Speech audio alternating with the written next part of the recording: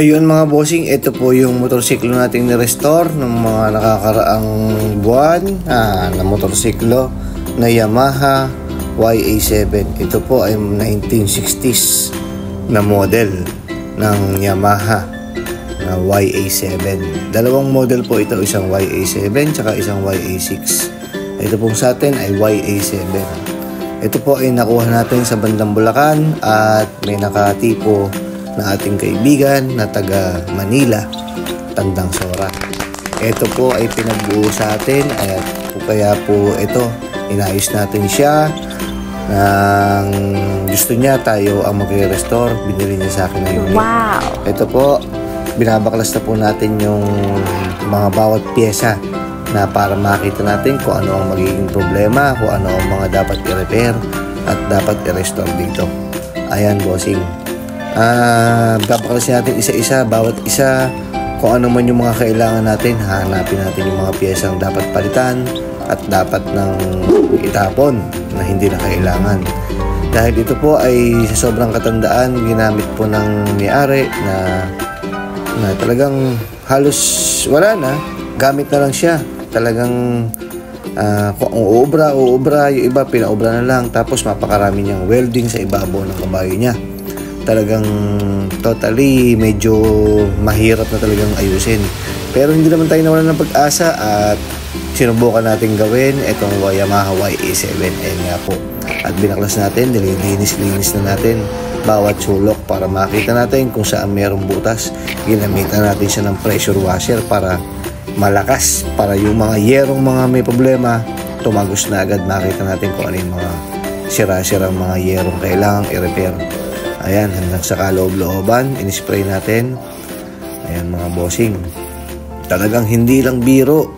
Talaga ang pagbuo ng ating mga lumang motorsiklo. Ayan nga po boss. At ginagawa na natin ang paraan. Yung iba, nililinis na natin hanggang sa kasulok-sulukan. Bago natin dalhin sa ating mga gagawa na latero. Ayan mga bossing. Talagang lahat. Talagang kasingit-singitan, nilinisin natin yan. Lalo na yung mga nanigas na mga langis, krasa, nandyan na lahat. Ayan mga bossing, inabot na nga tayo ng ulan dito sa katatrabaho. At yung oil tank po na yan, medyo nabulok na talaga. Kaya kumuha na tayo ng bagong oil tank. Ayan, talagang linis-linis. Talagang todo tiyaga mga bossing. Tatsagain lang natin para sabi nga nila, no pain, no gain. Ayan. Kaya lahat, bawat na detalye, makuha natin sa pagtatsaga natin para mabuo itong lumang motorsiklo, mabuhay natin yung Yamaha na to. Ayan mga bossing. In-strip sole na rin natin. Tingnan natin kung meron talagang mga bulok. Yung iba kasi hindi na matanggal ng power spray.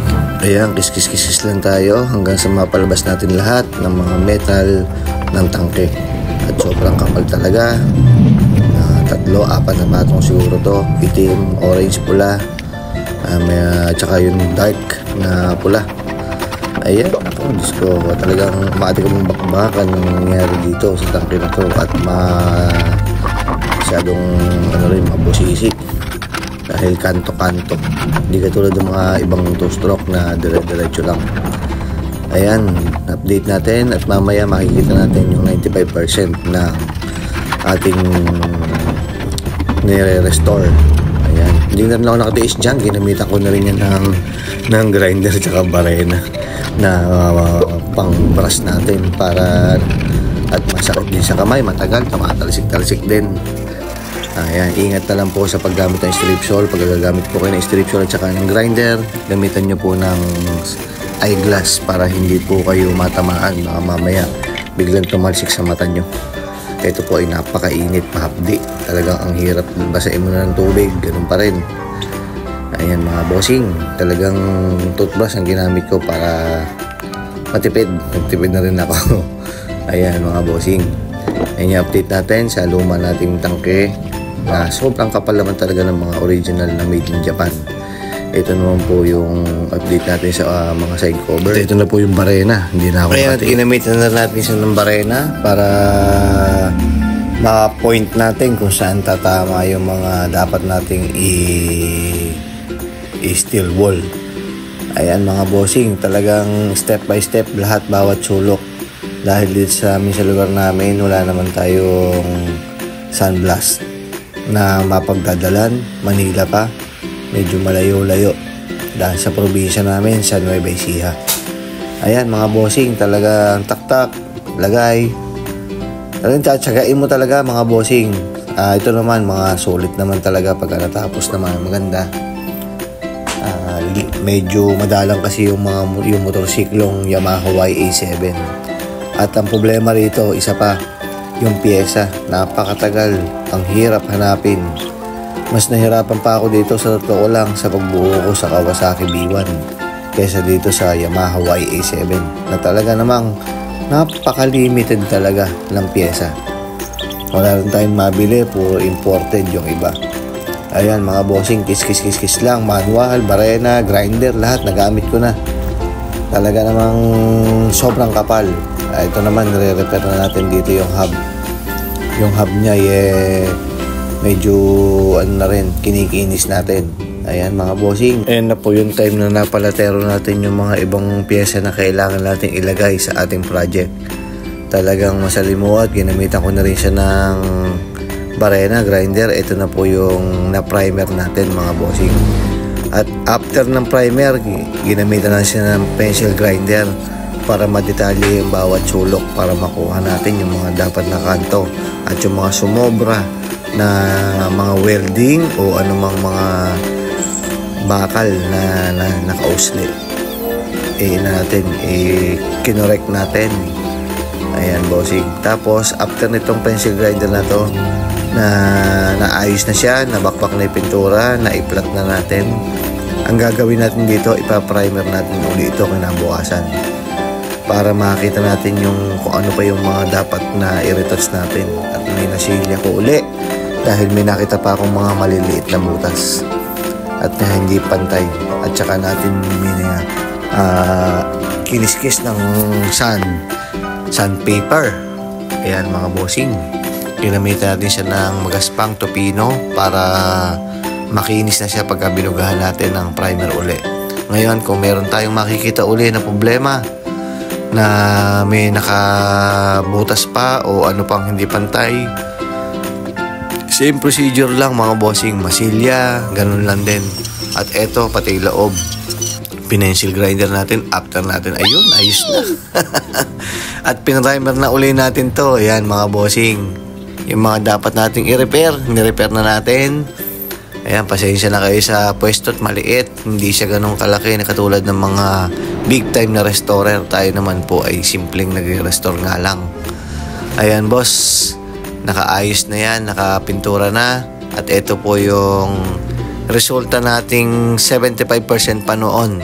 Pero may kasunod ng video yan na umabot tayo ng 95% dahil nakakabit na rin yung makina. Hindi ko pa kinabit dyan dahil kinikinis ko pa para bagay din sa ating motorsiklo na makinis din. Ayan, nakakabit na yung mga pyesa. Wala pang manabela mga bossing dahil hindi ko pa kinabit, tumatama dun sa may pader. At maliit lang yung ating gawaan. Ito naman, inaayos na natin yung panel at medyo may konting sabit at inalign ko na rin. Nilagyan natin ng mga grasa para smooth ang ikot niya. Ang kulang na lang dito mga bossing, yung tension bar, dahil niliha ko pa at pininturahan ko yung tension bar nito. Medyo ayan ang boss, tinesting natin na maganda ang ikot. Ito na po yung 95% na resulta ng ating pinaghirapan sa ating Yamaha YA7. Ayan mga bossing, bagong upuan na po yan mga bossing. At yan sariling gawa dahil medyo matagal din ng pagkakagawa dahil nag-iisa lang akong gumagawa. Ayan mga bossing, talagang lahat niyan dumaan sa kamay ko. Kalit-liit ang detalye. At yung taillight natin, hindi pa natin kinabit dyan. Meron lang tayo naka-ready taillight dyan, ikakabit natin sa huli. Pati yung carrier natin. At yung headlight na case, inaayos pa natin dahil nakuha natin siya, may basag na. Inayos ko pa, nilagyan ko ng bushing, talagang para mas matibay siya. Wala na rin kasi tayo makuha ang head cowling nito.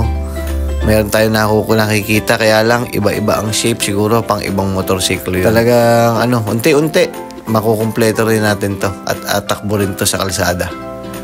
Ayun, shout out sa iyo, bossing, yung may-ari nito. Ito talaga for keeps na to. Sa sobrang rare na kasi ng mga parts nito. At itong motorsiklo na to, madalang din, mabibilang mo lang sa daliri ang meron nito sa Pilipinas. Kadalasan ito nasa ibang bansa at ibang version, ibang itsura. Naka single seat. Pwede rin naman to i-convert na single seat. Pero mas gusto ko yung Philippine version. Ayoko naman nung i-modify natin na pipilit nating maging Thailand o Japan. Wala naman tayo sa Japan. Nasa Japan lang tayo, mga bossing. Ayun, yun na po ang final natin na result sa ngayon. At huwag niyo rin pong kalimutang mag-like, mag-share at mag-follow po sa aking mga video. At kung meron pong mga katanungan kung paano po ang proseso at paano ang paggawa, hanggat sa kaya ko pong sagutin, huwag po kayong mahiyang mag-message sa akin at tuturuan ko po kayo. At sa mga gusto pong magpa-restore, pwede naman pong mag-message po sa akin direct para po ma-estimate natin yung mga magagastos natin sa ating mga alagang mga lumang motorsiklo. Maraming salamat mga kalasik sa pagsubaybay at sa pagsuporta sa ating mga lumang motorsiklo na binubuo. God bless po at ride safe po sa lahat. Salamat mga bossing.